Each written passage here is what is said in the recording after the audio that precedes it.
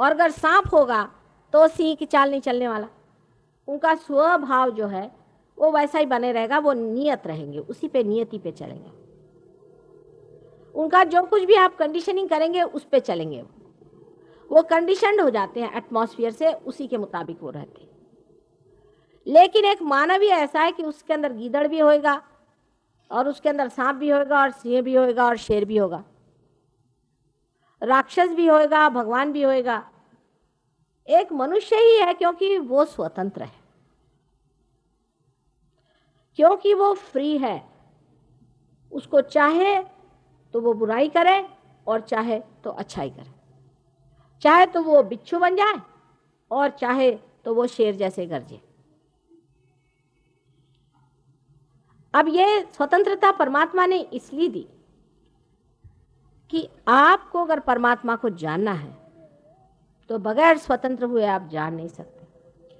आपकी स्वतंत्रता में ही आपको परमात्मा को जानना है। आपको हिप्नोटाइज करके परमात्मा को आप जान नहीं सकते, जबरदस्ती यह काम नहीं हो सकता। आपको अपनी स्वतंत्रता में ही कहना चाहिए कि हम परमात्मा को जानना चाहते हैं। और इसकी वजह से ही आपकी ब्रेन की आकृति ही त्रिकोणाकार हो जाती है। जानवर की ब्रेन की आकृति फ्लैट होती है, आप देख रहे हैं त्रिकोण बना।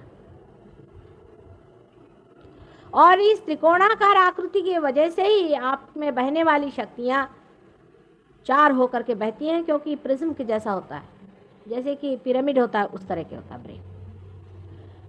इसीलिए ये चार इसमें शक्तियां बहने लग जाती हैं। जैसे मैंने कहा, तीन तो शक्तियां आपकी जो मैंने बताई हुई है, ईड़ा, पिंग जो मैंने और सुषुम्ना है, और पीछे में वो है जो हमने आज तक इंसान के रूप में कमाया हुआ सेंट्रल नर्वस सिस्टम।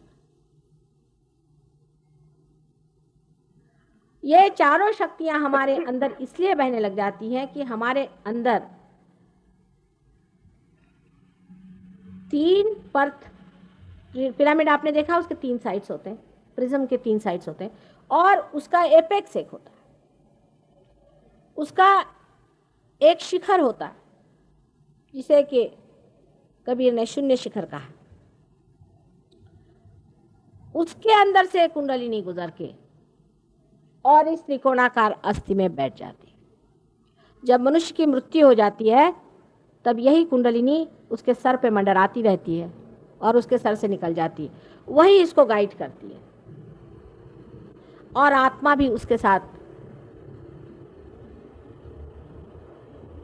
वो आत्मा, वो कुंडलिनी और हमारे अंदर के चार तत्व, उसमें से पानी का तत्व भी धीरे धीरे घटते ही जाता है, पृथ्वी तत्व गिर जाता है। इस प्रकार जीवात्मा तैयार होके और मृत्यु लोक को प्राप्त होता है। तो ये जो हमारे अंदर परमात्मा ने स्वतंत्रता दी है, इसको हम जिस तरह से इस्तेमाल करते हैं वो जाहिर है। उसको हमने एक अजीब तरह से इस्तेमाल किया हुआ है कि जब ये दोनों भी अहंकार और प्रति अहंकार बैलेंस में रहते हैं और आपके भवसागर के हिस्से में आप धर्म पे रहते हैं, तो कुंडलिनी का उठना बिल्कुल ज्ञात नहीं होता और एक क्षण में इंसान पार हो जाता, एक क्षण के अंदर, और उसको ये भी नहीं पता चलता कि वो पार हो गया। क्योंकि मैंने आज ही बताया कि जो एरोप्लेन बहुत ही स्मूथ होता है, उसमें आप बैठे रहिए, आपको पता नहीं चलता कि आप प्लेन में चल रहे हैं। जो बहुत ही बढ़िया एरोप्लेन होते हैं उसमें पता ही नहीं चलता कि आप उसमें चल रहे हैं।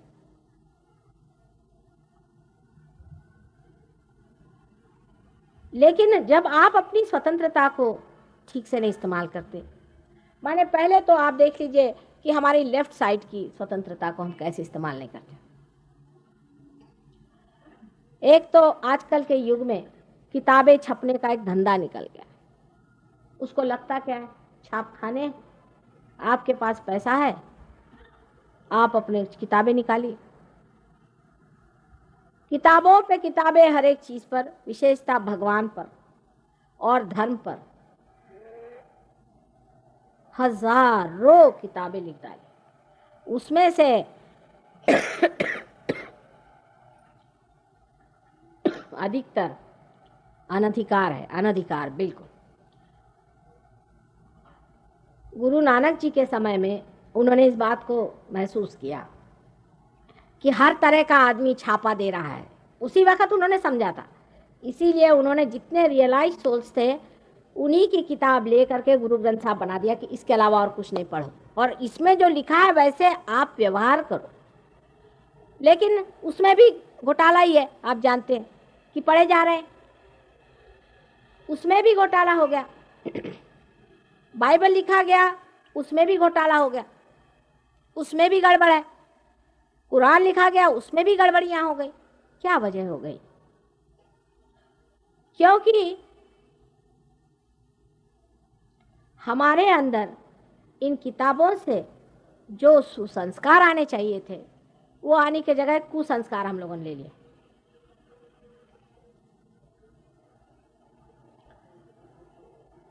वो इस प्रकार, हालांकि दोष कोई आप निकाल नहीं सकते उसमें, लेकिन इस प्रकार जैसे समझ लीजिए हम कहें कि उनका एक भजन है, काहे रे बन खो जन जाए, उसमें उन्होंने कहा है कि कहे नानक बिन आपा चीन्हे मिटे न भ्रम की काई।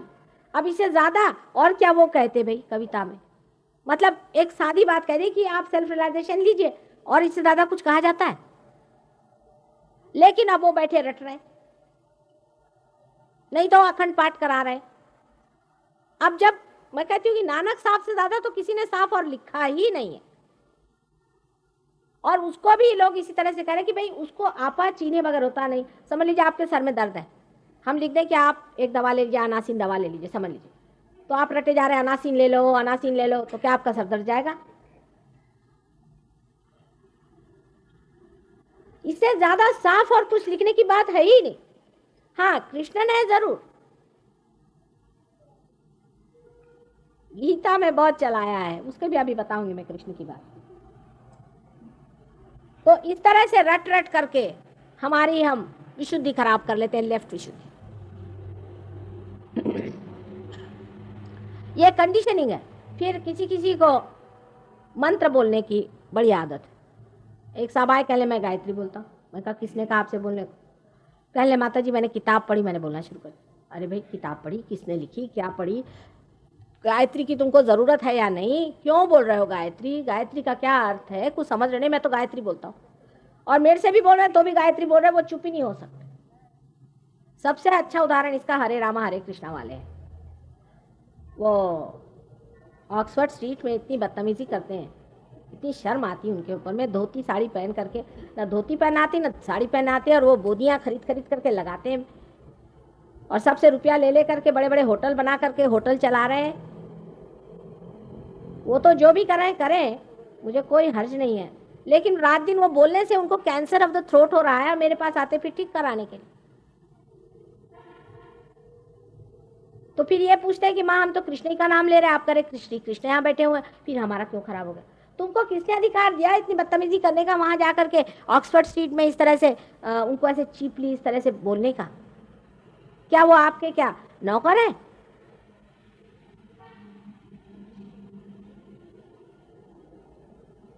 फिर कैंसर ऑफ द थ्रोट हो गया तो समझ में नहीं आता उनको अब कैसे ठीक करें।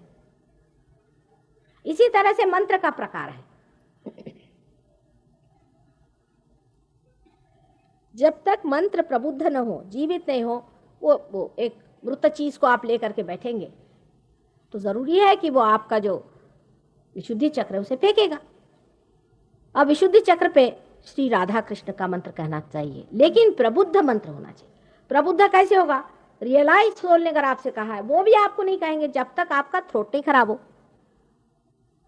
आपका पेट खराब है, आप राधा कृष्ण का नाम ले रहे हैं, क्यों भाई? क्योंकि हम वृंदावन में रहते हैं। बताइए,